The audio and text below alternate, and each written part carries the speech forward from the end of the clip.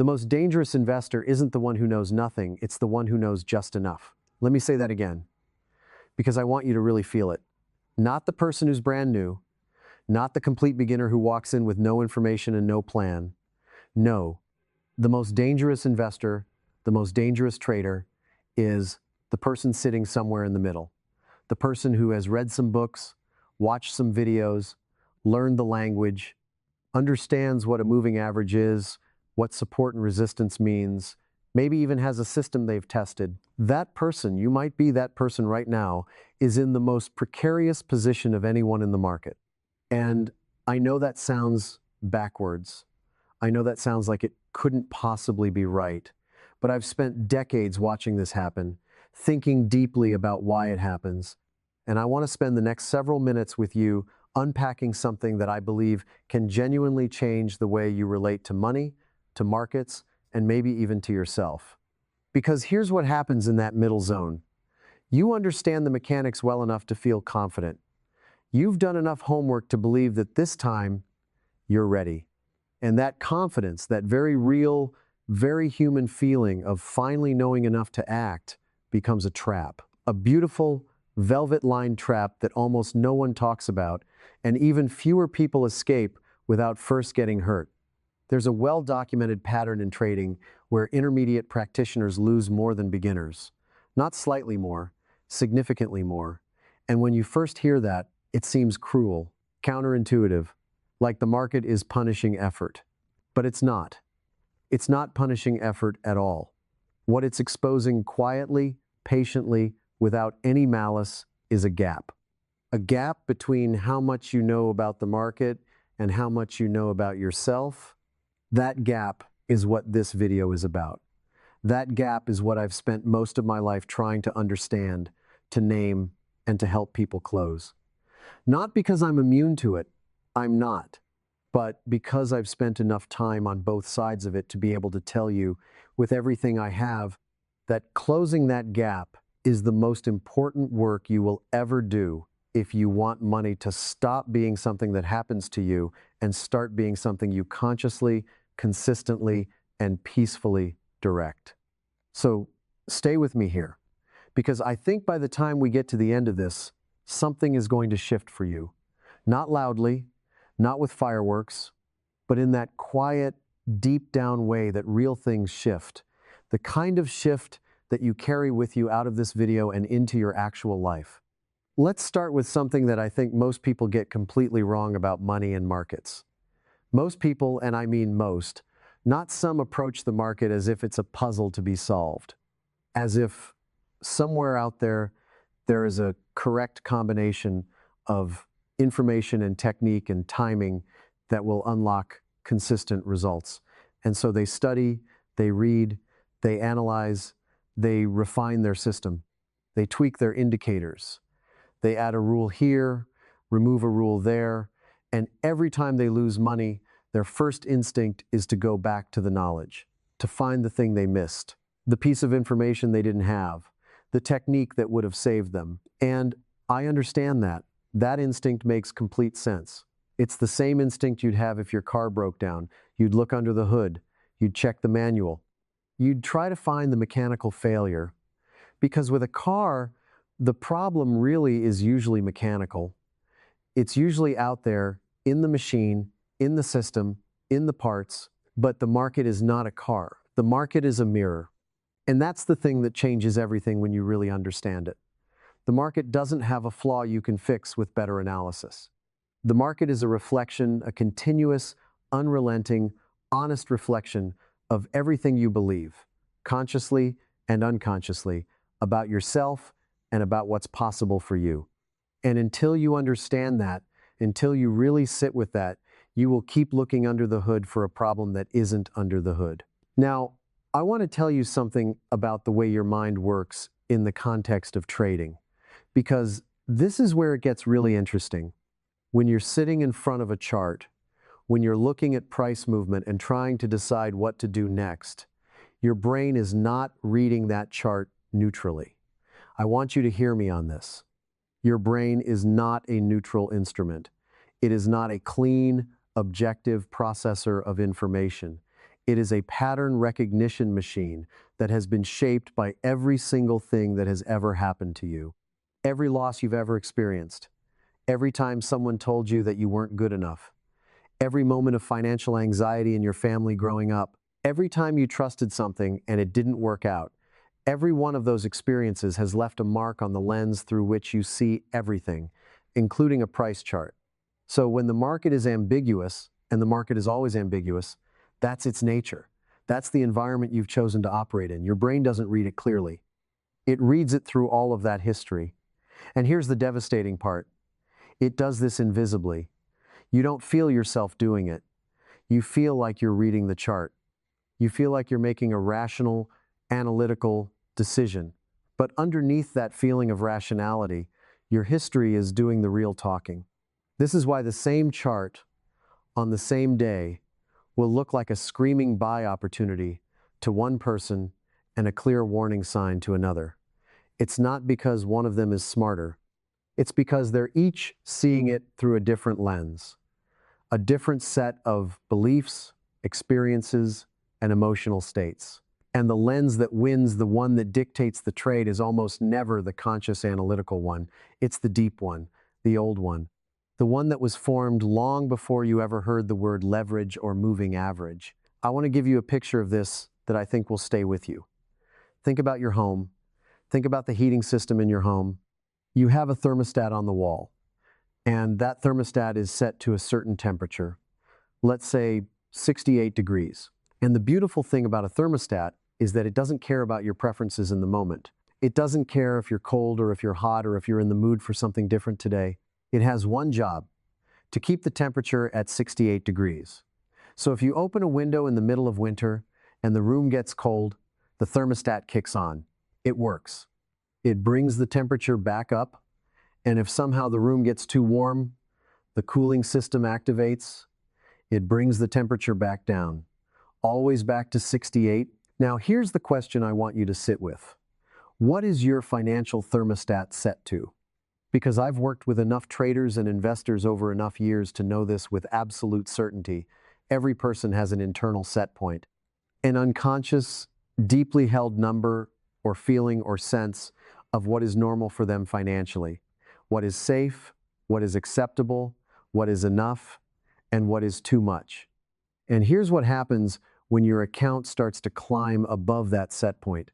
Something starts to happen, something that feels in the moment like smart trading decisions or reasonable risk management or just good instincts. But it's not any of those things. It's your internal thermostat doing exactly what thermostats do. It's bringing the temperature back down, back to normal, back to the set point. This is why so many people give back their profits. Not because the market changed, not because their system failed, not because of bad luck, but because somewhere deep in their belief system, there is a number, a level of financial success that doesn't feel safe to exceed. And every time they get close to exceeding it, they make decisions, unconscious decisions, that bring them back to where they started. I've seen people do this over and over again. Hit a new high in their account, and then, in the space of 2 or 3 trades, give most of it back. And when you ask them what happened, they'll tell you about the market. They'll tell you about volatility or bad timing or an unexpected news event, and sometimes those things are true.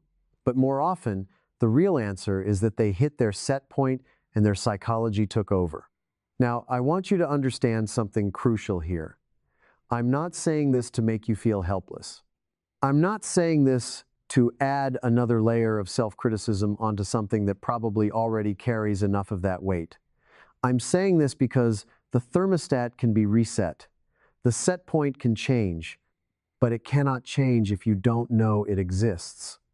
It cannot change if you keep looking under the hood for a mechanical problem that isn't there. The first step to resetting your financial thermostat is simply knowing that you have one and getting curious about where it's set. And here's what I find genuinely beautiful about this. The moment you start to see your results not as failures of strategy, but as accurate readouts of your beliefs, something releases. There's an ease that comes in. Because suddenly the problem is no longer mysterious. Suddenly, it's not about finding the right indicator or the perfect entry point or the secret that everyone else seems to know. Suddenly, the problem is about you, and you are something you can actually work with. You are something that can actually change. Now, I want to walk you into something that I think is one of the deepest and most underappreciated truths about trading and investing, and really about any area of life where risk and reward intersect. And I want to start by asking you a question. What does confidence mean to you in this context? What does it feel like when you think about a trader who is genuinely confident? I'd guess you picture someone who knows the market well, someone who has done the analysis, understands the patterns, can read a chart like a sentence in their native language. Someone who, when they look at a trade setup, feels certain, who knows, at some fundamental level, that this one is going to work. That's the picture most people have of trading confidence. And I want to tell you that picture is exactly backwards. Real trading confidence, the kind that actually holds up under pressure, the kind that allows you to take your loss and come back tomorrow without a crisis of identity, the kind that lets you sit in a winning trade without talking yourself out of it before it reaches its target. That confidence is not built on certainty about outcomes. It cannot be, because certainty about outcomes in the market is a fantasy. The market will always have the final word. No analysis, no system, no amount of preparation gives you the right to certainty about any specific trade. Real confidence in this environment is built on something entirely different. It's built on trust. Trust in your process. Trust in the edge you've tested and verified. Trust in your risk management. And most importantly, trust in yourself, in your ability to be okay, regardless of what happens on any given trade. Do you see the difference? Confidence built on certainty says, I know this trade is going to work. That kind of confidence collapses the moment the market surprises you. And the market will surprise you. It will always find a way. Confidence built on process says something different. It says, I have an edge. I have tested it over enough instances to know it works more often than it doesn't. I have managed my risk so that no single outcome can damage me beyond recovery. And I trust myself to execute consistently across a large enough sample for the probabilities to express themselves. That's not arrogance, that's architecture. That's building your psychology on a foundation that can actually hold weight. And here's the paradox that I think is so worth sitting with. The moment you stop needing to be right on this trade, right now, today, the moment you genuinely internalize that this trade is just one of the next 1,000, when you can hold it that lightly, something remarkable starts to happen. Your decision-making clears, the emotional static quiets. You stop twisting what you see to fit what you want to believe. You stop rationalizing away warning signs because you've already committed emotionally. You start to see the market more clearly, not because it changed, but because you got out of the way of your own perception. Detachment is not indifference. I want to be really clear about that, because when I talk about this concept of emotional neutrality in trading, I sometimes see people go in the wrong direction with it. They think I'm saying don't care, don't feel anything, become a robot. That's not what I'm saying at all. You're a human being. You are allowed to feel things. The goal is not the absence of emotion. The goal is that your emotions don't drive your trading decisions. There is an enormous difference between feeling excited about a well-structured trade and letting that excitement push you into oversizing your position. There is an enormous difference between feeling the sting of a loss and letting that sting push you into revenge trading to win it back. The goal is emotional awareness, not emotional suppression. The goal is to know what you're feeling, to name it honestly, and to make sure it stays in its own lane while your trading process stays in its own. That discipline, the ability to feel something and not act from it, that is perhaps the most valuable skill a trader or investor can ever develop. And it's not a skill you build by being hard on yourself. It's a skill you build by getting to know yourself.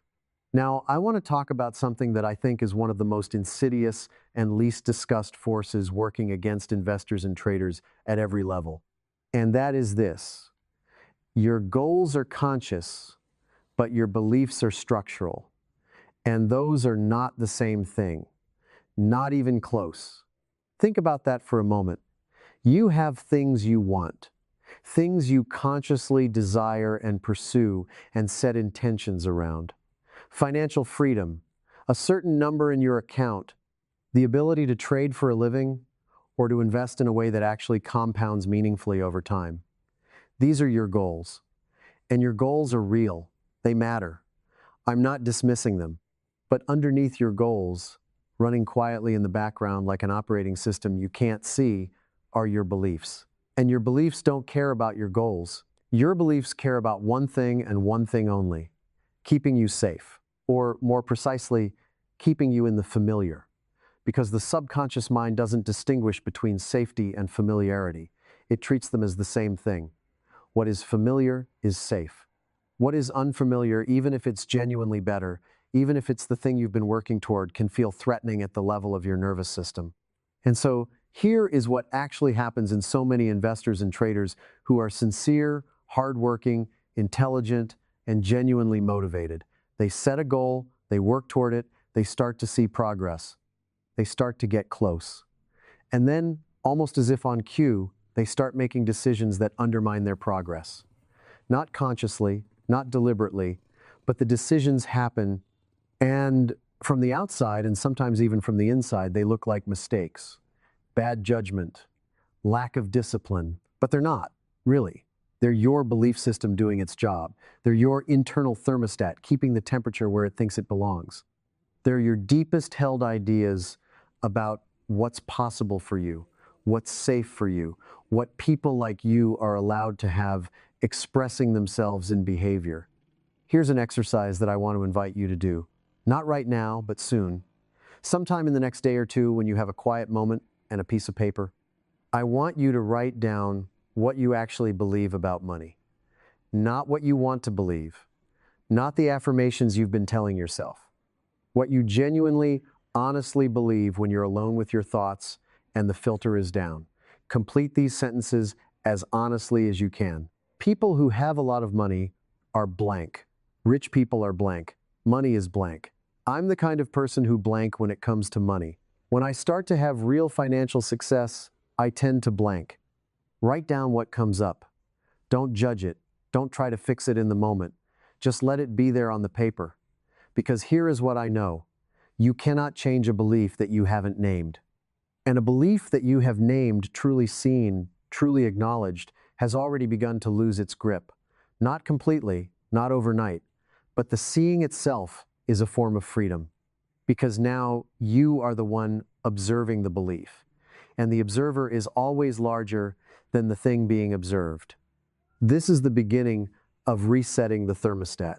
Not willpower, not affirmations, not forcing yourself to act differently, but genuinely, honestly, seeing the beliefs that have been running the show and starting gently and with real curiosity to ask whether they're actually true.